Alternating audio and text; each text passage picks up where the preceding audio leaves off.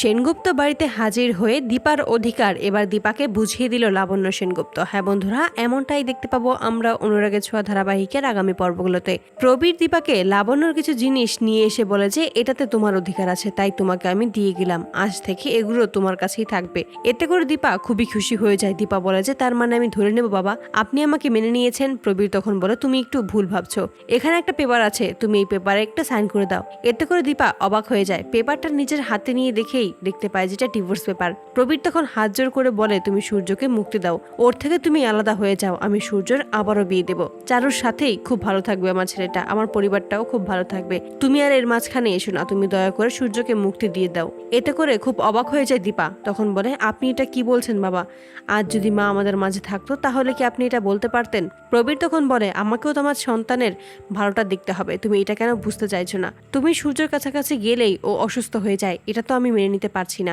বাবা হিসেবে, তাই আমি চাই তুমি সূর্যকে সারা জীবনের মতো মুক্ত করে দাও। আমি তোমার কাছে হাত জোর করে বলছি, আমি শুধু চাই আমার পরিবার, আমার সন্তান নাতিরা খুব ভালো থাকুক, আর কিছুই চাই না আমি, তুমি দয়া করে এখানে একটা সাইন করে দাও। দীপা তখন বলে যে আপনিও সবার মতো করে আমাকে দায়ী করলেন, আপনি এটা ভাবলেন না যে সত্যিই আমার এখানে কোনো দোষ ছিল কিনা। আমি কখনো ভাবতে পারিনি আপনি সবার মতো আমাকেও অপরাধী বানাবেন। দীপা তখন মনের কষ্ট নিয়ে সাইন করতে যাবে, ঠিক সেই মুহূর্তে কৃষ্ণ ও রূপা এসে হাজির হয়। রূপা তখন বলে এটা তুমি করো না মা, বাবা কিন্তু একা হয়ে যাবে, বাবা আর কখনোই সুস্থ হতে পারবে না, ওরা কেউ বাবাকে সুস্থ হতে দেবে না, তুমি বাবার হাত ছেড়ো না এই বিপদে। তখনই দীপা জানায় যে একজন সন্তানের ভালো মন্দের দায়িত্ব তার বাবা মা খুব ভালোভাবেই জানে, খুব ভালোভাবেই বোঝে।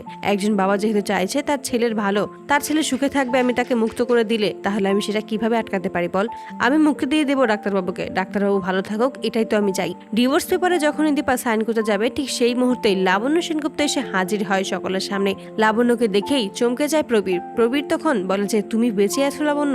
লাবণ্য তখন তার কথার উত্তর না দিয়ে বলে তোমাকে কে অধিকার দিয়েছে আমার ঘরের লক্ষ্মীকে আমার ঘর থেকে তাড়িয়ে দেওয়ার, ওকে ওর অধিকার থেকে বঞ্চিত করার?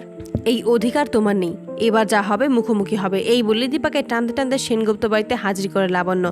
এত বছর পর লাবণ্যকে দেখে খুব অবাক হয়ে যায় সকলে। লাবণ্য তখন সকলের সামনে এসে বলে আজ থেকে আমার বড় বৌমা এই বাড়িতেই থাকবে, ওর অধিকার ও ঠিক বুঝে নেবে, আমি ওকে আর দূরে সরে থাকতে দেব না। এতে করে সকলেই ক্ষিপ্ত হয়ে যায়, কিন্তু কেউ কিছু বলতে পারে না। উর্মি কিছু বলবে ঠিক তার আগেই লাবণ্য উর্মির সামনে এসে বলে যে তোমার সাহস কি করে হয়, তুমি আমার ছেলেকে এই ভুল ওষুধ খাইয়ে আমার বৌমাকে আলাদা করার চিন্তা করছো, ওকে এই বাড়ি থেকে তাড়িয়ে দিতে চাইছো, আর চারুর সাথে বিয়ে দেওয়ার প্ল্যান করছো। তখনই সোনা চিৎকার করে বলে ওঠে চারুর সাথেই বাবার বিয়ে হবে, তাহলে বাবা আর আমি খুব ভালো থাকবো।